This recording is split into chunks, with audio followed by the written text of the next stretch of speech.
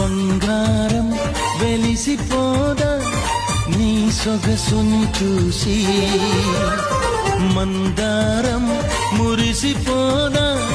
నీ సిగలో పూసి,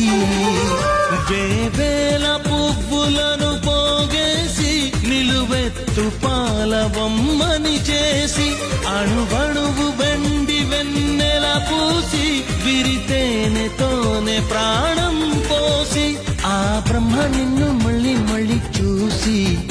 తన్ను తానే మెచ్చుకోవడం ముచ్చటేసి,